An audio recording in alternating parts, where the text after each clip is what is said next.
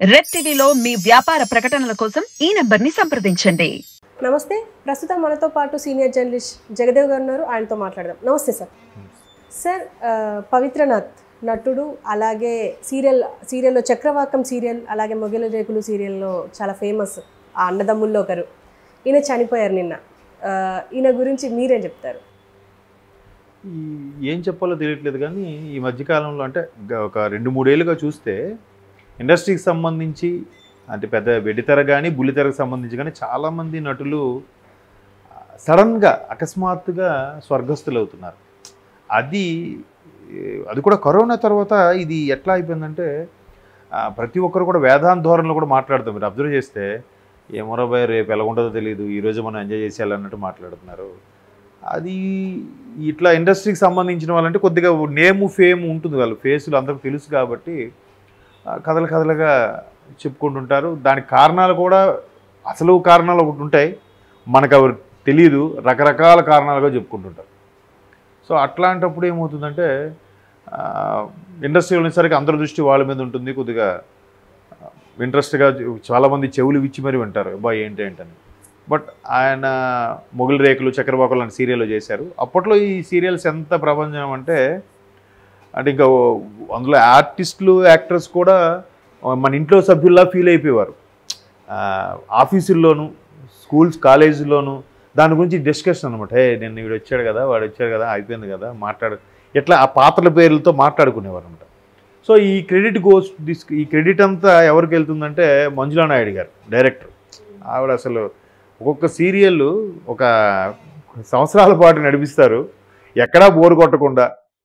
అట్లా ఇప్పుడు చాలామంది వచ్చేసారు. అప్పట్లో ఆవిడ కస్తూరి అని, చక్రవాకము, మొదట్లో డీడీలో ఏదో వచ్చేదండి సీరియల్ ఫేమస్. అప్పటి నుంచి ఆవిడ హైలైట్ అనమాట. సో ఈ మొగలి రేకులు చక్రవాకం అంటే ఇంకా ముసలివాళ్ళు చిన్నపిల్లలు అందరూ కలిసి చూసేవారు ఆ సీరియల్, అంత ఫేమ్. సో ఇప్పుడు ఈయన కూడా హీరోకి ఆ ఇంద్రనీల్ క్యారెక్టర్, ఇంద్రనీల్ ఆయన చేసిన క్యారెక్టర్కి బ్రదర్గా ఉండి అలాగా అంటే వాళ్ళిద్దరు సయోధ్యగా ఉండేటట్టు చూపించడం, వాళ్ళ కోసం ఏదైనా పాటుపడడం ఎట్లాంటి చూపించేవారు. డ్రాగ్ మొత్తం ఒక విధంగా చెప్పంటే లాగే, బట్ ఇంట్రెస్టింగ్గా ఉండేది, బోరు కొట్టకుండా. సో అంతగా మనలో ఒకటిగా చేసుకున్న వ్యక్తి రీసెంట్గా చనిపోవడం అనేది మొన్న చనిపోయారు అనుకుంటా కదా. అయితే 4 days నుంచి అస్వస్థకు గురవుతున్నారంట, కానీ ఎవరికి తెలియలేదు. ఇండస్ట్రీ లైఫ్లో ఎలాగ ఉంటుంటే సినిమా కానీ ఆ సీరియల్ కానీ నడుస్తున్నంతసేపు బాగానే ఉంటాయి రిలేషన్స్. ఒకసారి ఆ ప్రాజెక్ట్ అయిపోయిన తర్వాత ఎవరికెవరా అన్నట్టుగా ఉంటుంది. కొన్ని సందర్భాలు చాలా రేరుగా ఇండస్ట్రీలో మిత్రులు దొరుకుతుంటారు ఎవరికైనా. ఆ మైండ్ సెట్ అది ట్యూన్ అయ్యేవాళ్ళు వాళ్ళకి. కాకపోతే ఇండస్ట్రీ అనేసరికి ఈ మధ్యకాలంలో ఇంకోటి కూడా ఎక్కువ అవుతున్నాయి, ఫ్యామిలీ డిస్టర్బెన్సెస్ కూడా ఎక్కువైపోతున్నాయి. కొంతమంది ఫ్యామిలీ డిస్టర్బెన్స్ వల్ల ఆయన సింగిల్గా అలా ఉండిపోయాడు, దానివల్ల ఎవరికి తెలియలేదు. అలాగే ఎవరికి తెలియకపోవడం వల్ల కూడా ఆయన అలా చనిపోవడానికి అది కూడా ఒక రీజన్ అని కూడా మాట్లాడుకుంటున్నారు. రకరకాల రీజన్స్. ఆయన ఎంతో యాక్టివ్గా చాలా సరదాగా ఉండేవారు అని. ఎందుకంటే ఇంద్రనీలు మొగలి రేకుల చక్రవాకం హీరో ఆయన చేసేటప్పుడు ఏంటంటే అదే ఆయన పోస్ట్ చేశాడు అలాగా, నువ్వు లేవన్న విషయం మాకు డైజెస్ట్ అవ్వట్లేదు, బట్ ఆ వాస్తవాన్ని జీర్ణించుకోలేకపోతున్నాము అన్నట్టుగా. మరి ఎవరైనా అంతవరకే, కానీ తర్వాత మాట సాయం ఎవరైనా చేస్తారు, కానీ దగ్గర ఉండి అన్నీ చూసుకోవాలంటే ఎవరికి జరగదు. దట్టు ఫ్యామిలీ ప్రాబ్లమ్స్ వచ్చేసరికి ఎలా ఉంటుందంటే చాలామంది చెప్పుకోవడానికి నచ్చరు. ఎంత క్లోజ్ ఫ్రెండ్స్ అయినా భార్యాభర్తల మధ్యన ఇష్యూస్ వచ్చాయి అంటే అది ఎవరితో షేర్ చేసుకోవడం నచ్చరు. ఎందుకో మరి, అంటే అది ఒకసారి ఇష్యూ పెద్దదవుతుందనో లేదంటే ఎందుకులే ఉన్న పొరువు కాస్త తీసుకోవడం అని అనుకుంటారో ఏంటో తెలియదు, కానీ అందుకని చెప్పకపోవడం వల్ల కూడా అంటే ఎవరైనా ఇట్లాగ సఫర్ అవుతున్న వాళ్ళు ఆ విషయాల్ని షేర్ చేసుకునే మనిషి ఒకరు దొరకాలండి. దొరికితే అట్లీస్ట్ వాళ్ళు అనారోగ్యం పాలు వెళ్ళిపోకుండా, కొంతమంది సూసైడ్ చేస్తారు, అట్లా జరగకుండా ఉన్నాయంటే ఆ ఏజ్ తగ్గట్టుగా పర్సన్స్ సరిగ్గా మైండ్ ట్యూన్ అయ్యే వాళ్ళు సెట్ అయితే అట్లీస్ట్ ఆ ఫ్రెండ్తో షేర్ చేసుకుంటే కొంతైనా ఉపశమనం కలుగుతుంది. తను ఏదైనా సజెస్ట్ చేస్తాడు, లేదా అలా చేయొచ్చు, నువ్వు దగ్గుతున్నావు, నువ్వు ఎందుకు లీనియస్గా ఉన్నావు, అట్లీస్ట్ హాస్పిటల్కి వెళ్దాం పదా, లేదా నువ్వేనా చూపించుకో అని చెప్తాడు. అట్లా ఎవ్వరు లేనప్పుడు ఏమవుతాయంటే కొంతమంది అనారోగ్యం పాడై ఎట్లా అయిపోతారు, ఇంకొంతమంది సూసైడ్ చేస్తారు. గతంలో ఉదయకర్ణ గారు, అలాగే క్యారెక్టర్ ఆర్టిస్ట్ హీరో ఫ్రెండ్గా చేశారు విజయసాయి, ఆయన అట్లాగే సూసైడ్ చేసుకున్నారు. తర్వాత రంగనాథ్ గారు అయితే ఉదయకిరణ్కి నిజంగా ఉదయకిరణ్ కానీ నాకు ఫోన్ చేసినా లేకపోతే నాకు కలిసినా ఆయన పని చేయకుండా నేను ఆపేవాడిని చూసేవాడిని అన్నారు. బట్ ఆయనే చేసుకున్నారు. తర్వాత ఆయన చేసుకున్నాక మనకు ఊహించిన విషయం ఏంటంటే ఒంటరితనం భరించలేకే రంగనాథ్ గారు కూడా సూసైడ్ చేసుకున్నారేమో అని అనుకున్నారు. చెప్పలేం అసలు కారణం ఏంటంటే మనకు తెలియదు. మనం ఊహించుకోవడమే. ఓకే, అతని భార్య చనిపోయింది, రంగనాథ్ గారి భార్య, అతను ఆవిడ ఉన్నప్పుడు చాలా బాగా చూసుకునేవారు, మరి ఇప్పుడు ఆవిడ ఒంటరి అయిపోయాడు, ఆయన అందుకే చనిపోయాడా ఏమో తెలియదు. సో ఏంటంటే ఈ ఇండస్ట్రీకి చెందిన వాళ్ళకి ఎక్కువగా కుటుంబ నేపథ్యం ఎందుకో కొంచెం వీక్గా ఉంటుంది అనిపిస్తుంది చాలా సందర్భాల్లో. మరి రీజన్స్ ఏంటో తెలియదు కానీ ఎక్కువ మంది ఇట్లా కుటుంబానికి దూరం అయ్యి కానీ, లేదా ఫ్యామిలీ సపోర్ట్ సరిగ్గా లేకపోవడం వల్ల కానీ, లేదా ఒంటరిగా మిగిలిపోవడం కానీ, ఇటువంటివి ఎక్కువ అవడం వల్ల మనస్తాపానికి లోనై అలాగ మంచం పట్టి చనిపోవడము, లేదంటే సూసైడ్ చేసుకోవడం జరుగుతున్నాయి. బట్ ఈయన కూడా 4 రోజులు పవిత్రనాథ్ అనే వ్యక్తి 4 రోజులు అస్వస్థతకు గురయ్యి చనిపోయాడంటే సరైన ట్రీట్మెంట్ అంది, లేదంటే సరైన వ్యక్తులు పక్కన ఉండి ఆయన తోడ్పాటునిచ్చుంటే ఇంకోలా ఉండేదేమో. ఇప్పుడు ఆయన వెళ్ళిపోయిన తర్వాత తిరిగి తీసుకురాలేం. ఇట్లా మనం నిట్టూర్చడము, ఆయన గురించి బాధపడడం తప్ప ఏం చేయలేం. కాకపోతే ఇప్పటికైనా పోనీ ఆ మనిషి ఓకే పలానా సీరియల్లో చేశారు, అంత నేము ఫేమ్ ఉంది అని చెప్పి చనిపోయిన తర్వాత గుర్తించారు, అది సంతోషం. కొంతమంది అయితే మీరు నమ్మరు, చాలా సినిమాలు చేసే ఉంటారు, చాలా సినిమాలు సైడ్ క్యారెక్టర్ చేస్తుంటారు, చాలా బాధపడుతుంటారు, వాళ్ళకి గుర్తింపే రాదు. అటువంటి వాళ్ళకి కొన్ని సందర్భాల్లో గుర్తింపు వచ్చేసరికి ఆ 2 సినిమాలు 3 సినిమాలు అయ్యేసరికి అకస్మాత్తుగా వాళ్ళు చనిపోవడమో లేదా జరగడమో జరుగుతుంది. ఎంత బాధ ఉంటుంది. అరే ఇన్ని రోజులు లైఫ్ రాలేదు, ఒక్కసారి ఏదో మంచి టర్నింగ్ పాయింట్ వచ్చింది, మంచి డీబట్ మూవీ చేశాడరా అంటే వెంటనే ఇలా జరిగితే చాలా బాధ అనిపిస్తుంది. అది తోటి కొలీగ్స్కి, తోటి ఆర్టిస్టులకి, వాళ్ళతో ఎవరైతే చనువుగా ఫ్యామిలీ ఫ్రెండ్స్గా ఉంటారో వాళ్ళు డైజెస్ట్ చేసుకోలేరు. అరే నిన్నటి వరకు మనతోనే ఉన్నాడు కదరా అన్న ఫీలింగ్ వస్తుంది.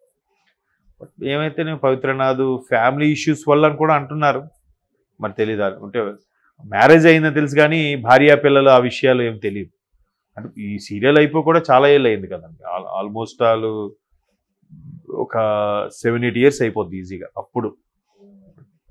సో అంత ఆ ఫేమ్ ఉంది. ఇంకా అంటే జనాల్లో ఎంతగా పాదుకుపోయారు కాబట్టే ఇప్పుడు కూడా మనం ఈరోజు కూడా డిస్కస్ చేసుకుంటున్నాం, మాట్లాడుకుంటున్నాం. వాళ్ళ నటనతో కానీ, వాళ్ళ బిహేవియర్తో కానీ, వాళ్ళ క్యారెక్టర్, వాళ్ళ అన్ని సీరియల్. ఇప్పుడు సినిమా అనుకోండి 2.5 గంటలు సుమారుగా ఒక సినిమా నిడివి, అంటే 150 నిమిషాలు. ఆ సినిమాకి సంబంధించి 3 నెలలు 6 నెలలు కష్టపడతారు, అక్కడికి అది అయిపోయింది. కానీ సీరియల్ ఎలా కాదు, ఇది కనీసం 2 ఏళ్ళు 3 ఏళ్ళు నడిచిన సీరియల్స్లో ఈ 2-3 ఏళ్ళలో నెలకి సుమారుగా 20 రోజులు చొప్పున వర్క్ చేస్తారు. ఎంతమందితో రిలేషన్స్ బాండింగ్ ఎంత ఉంటుంది. తోటి అప్పుడు బ్రదర్గా ఇంద్రనీళ్ళతో చేసినందుకే ఇంద్రనీళ్ళు డైజెస్ట్ చేసుకోలేకపోతున్నారంట. అరే నిజంగా అన్నయ్యలాగా ఫీల్ అయ్యేవాడిని, అంత మంచి వ్యక్తిని కోల్పోయాను, కనీసం చివరి చూపు కూడా దక్కలేదే, అన్నేళ్ళు కలిసి పనిచేశాక అన్న ఫీలింగ్ అది ఉంటుంది కదా.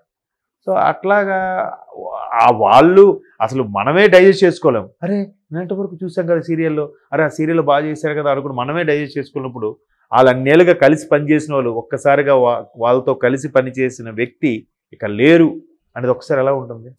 ఒక్కసారి కొంతమంది డిప్రెషన్లోకి వెళ్ళిపోతారు, ఆ రోజుల్లోకి వెళ్ళిపోతారు. అప్పుడు ఇలా సీరియల్స్ ఇలా చేసేవాళ్ళం, అలా చేసేవాళ్ళం. ఇప్పుడు ఎందుకంటే మారిపోయాయి కూడా సీరియల్స్, అంటే టేకింగ్ స్టైలు, వర్కింగ్ స్టైల్స్ కూడా మారిపోయాయి. అప్పుడు ఒకలా ఉండేది, ఇప్పుడు అలా కాదు. రోజుకు 3 ఎపిసోడ్లు తీసేస్తున్నారు, ఒక్కొక్క పర్సన్ ఇందులో చేస్తున్నారు, అందులో చేస్తున్నారు. అప్పుడు అలా కాదు, ఒక పర్సన్ ఒక సీరియల్ చేస్తే అదే డెడికేటెడ్గా చేసేవారు, వాళ్ళే డబ్బింగ్ చెప్పుకొని చేసేవాళ్ళు. ఇప్పుడు అలా కాదు, డబ్బింగ్ కూడా వేరే వాళ్ళు చెప్పేస్తారు, ఎంత సీనియర్ ఆర్టిస్టులు అయినా సరే.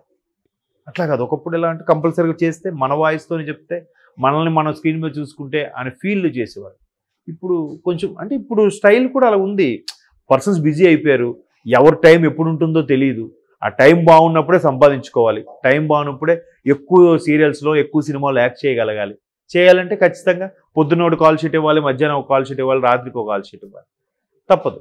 అంటే ఎప్పటికప్పుడు ప్రస్తుతి అన్నట్టు వెళ్ళిపోతుండాలి.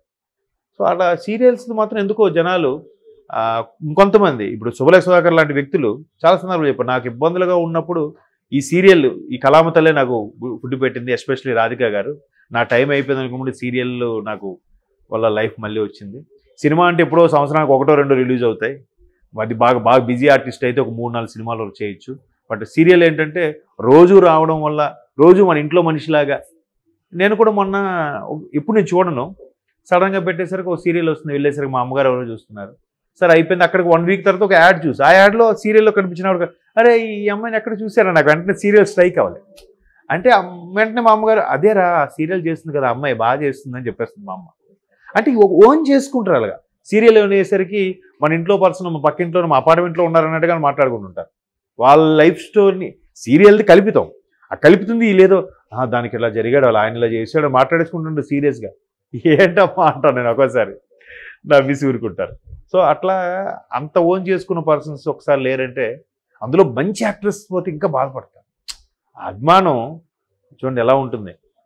కాబట్టి మనం అతని ఆత్మశాంతి చేకూరాలి, ఆ కుటుంబ సభ్యులకు కూడా మనోనిబ్బరం కలిగించాలి భగవంతుడు. Okay sir, thank you.